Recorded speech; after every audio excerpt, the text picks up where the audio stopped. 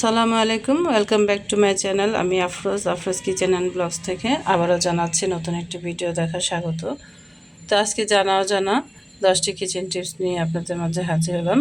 গৃহিণীদের জেনে রাখা ভালো এই 10টি জানা অজানা কিচেন টিপস। তো প্রথম টিপসটি হচ্ছে আমার, তো লোডশেডিংয়ের সময় আমরা তো মোমবাতি জ্বালিয়ে থাকি অনেকেই।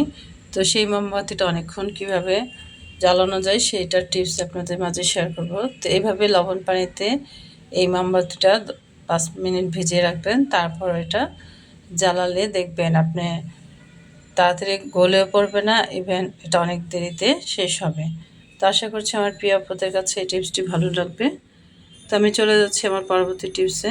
টিপস নাম্বার 2, আমরা রান্নার কাজে অনেক সময় পেঁয়াজ বাটা খেয়ে থাকি। তো পেঁয়াজের সাথে যদি এরকম রসুন আর মরিচ দিয়ে এটা ব্লেন্ড করে মশলার সাথে ব্যবহার করেন, দেখবেন যে এটাই যে রান্নাটাই করুন না কেন খুব সুস্বাদু হবে। তো আশা করছি এই টিপসটি আপনাদের ভালো লাগবে।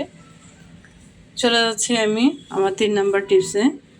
তো অনেক সময় আমরা দেখা যায় এরকম বেডশিটের কভার পুরাতন হয়ে গেলে আমরা ফেলে দিই। সেইটা না ফেলে আপনারা এরকম যে ধরনের শাড়িতে জরির কাজ আছে অথবা একটু গর্জিয়াস শাড়ি আছে, সেগুলো কিন্তু আপনারা এভাবে সুন্দর করে এই কভারের মধ্যে ঢুকিয়ে ফোল্ড করে আলমারিতে রেখে দিতে পারেন।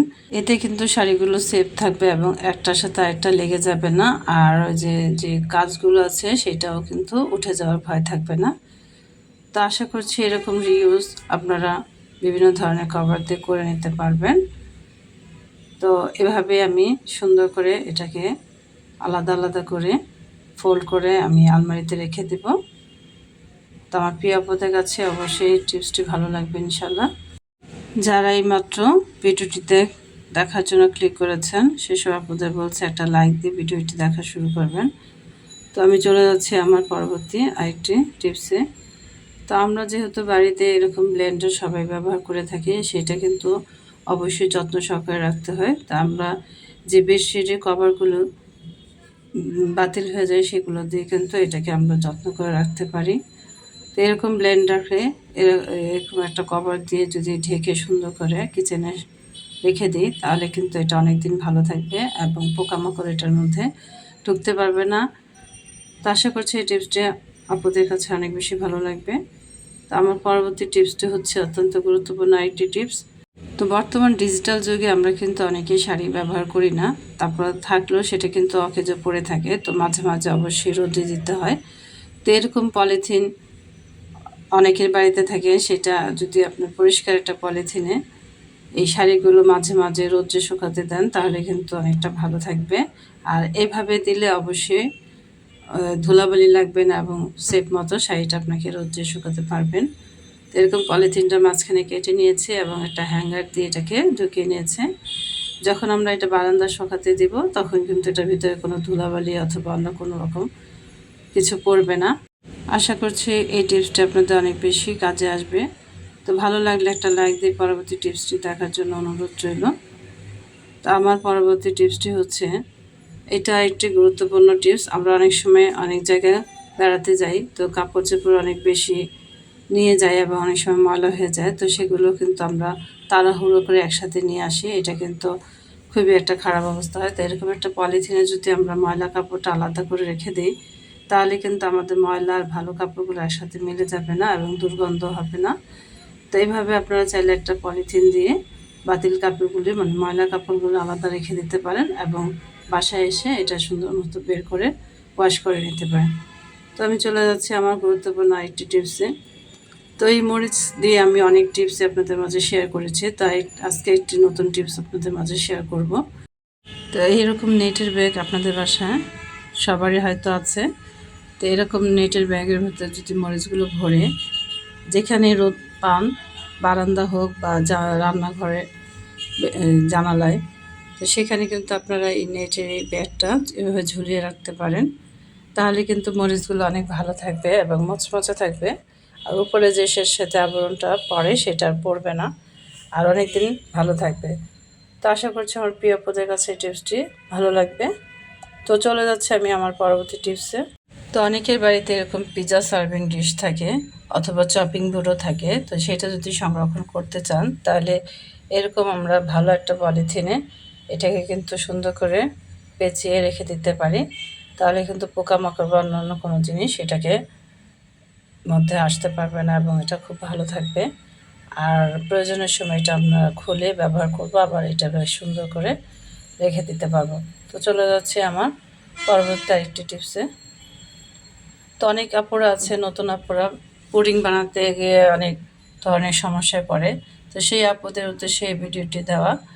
এরকম যদি আপনারা পারফেক্টভাবে পুডিং বানাতে চান তাহলে কিন্তু 3টা ডিম আর এখানে 500 গ্রাম দুধটা কয়েক মিনিট জাল দিয়ে নিয়েছি।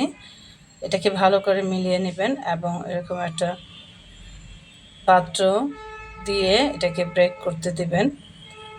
তো দেখুন আধা ঘন্টা চুলার উপর রেখে দিয়েছিলাম, তারপরে আমি 2-3 ঘন্টা ফ্রিজে রেখে দিয়ে নর্মাল চেম্বারে তারপরে এটা বের করে নিয়েছি। দেন কতটা পারফেক্টভাবে আমার পুডিংটা তৈরি হয়েছে। তো আশা করছি প্রিয় নতুন আপুদের এই টিপসটি ভালো লাগবে। তো তো এভাবে আপনারা চাইলে বাসায় ইজিভাবে পুডিং তৈরি করতে পারেন। আর দেখুন কতটা পারফেক্টভাবে হয়েছে, দেখতেও কিন্তু যেমন সুন্দর হয়েছে এবং খেতেও কিন্তু ভীষণ দারুণ হয়েছিল। তো চলে যাচ্ছে আমি আমার পরবর্তী টিপসে। তো এই টিপসটি নতুন আপুদের জন্য এবং নতুন পুরাতন সব আপুরা এটা ব্যবহার করতে পারবেন। তো আমরা অনেক সময় পলিথিনগুলো ফেলে দিই, তো এই পলিথিনগুলো না ফেলে দিয়ে সুন্দর করে পরিষ্কার করে ধুয়ে নেবেন এবং আপনারা ইজিভাবে কিন্তু এই পলিথিন দিয়ে রুটি বানাতে পারেন, সেটা আপনাদের মাঝে শেয়ার করছি। তো দেখুন আমি এরকম কিছু পলিথিন কেটে নিয়েছি এবং একটা আটার ডো বানিয়ে নিয়েছি। আটার ডোটা কিন্তু অবশ্যই নরম করে বানাবেন যাতে এটা আপনাদের সুবিধা হয় কাজের ক্ষেত্রে। অনেক আপুরা কিন্তু ওই যে রুটির যে মেজারমেন্টগুলো ঠিক রাখতে পারেন, একটা বড় হয় একটা ছোট হয়, তাহলে আপনারা কিন্তু চাইলে এরকম গ্লাস দিয়ে করে নিতে পারেন। এবং সেক্ষেত্রে আপনারা যে এরকম একটা একটা করে পলিথিন দিবেন আর এক একটা করে লেচি দিয়ে আটা দিয়ে এটাকে উপরে নিচ করে দিবেন এবং একটা একটা করে এটার উপরে রেখে দিবেন। ফোল্ড করে নিচ্ছি। তারপরে দেখুন খুব সহজে এরকম একটা পাতলা প্লেট নিয়ে এই রুটিগুলোর উপরে চাপ দিবেন। প্রেস করতে করতে দেখবেন এক সময় রুটিগুলো সব কিন্তু হয়ে যাবে। তো খুবই ইউনিক একটি পদ্ধতি, আপনারা চাইলে এটা ব্যবহার করতে পারেন। অনেক আপুরা রুটি বানাতে পারে না, নতুন আপুরা, তারা কিন্তু এটা চাইলে ফলো করতে পারেন। তো আশা করছি আমার এই টিপসটি আপনাদের কাছে অনেক বেশি ভালো লাগবে। তো দেখুন কত সহজে আমি কিন্তু একসাথে অনেকগুলো রুটি বানিয়ে নিয়েছি। এভাবে চাইলে আপনারা খুবই সহজভাবে এই রুটিগুলো এভাবে বানাতে পারেন। তো যারা এই ধরনের টিপস দেখতে পছন্দ করেন চাইলে আমার চ্যানেলটাকে সাবস্ক্রাইব করে আমার পাশে থেকে যেতে পারেন। আর যারা এই কাজটি করেছেন তাদেরকে জানাই অসংখ্য ধন্যবাদ। আজকে এই পর্যন্ত। আল্লাহ হাফেজ।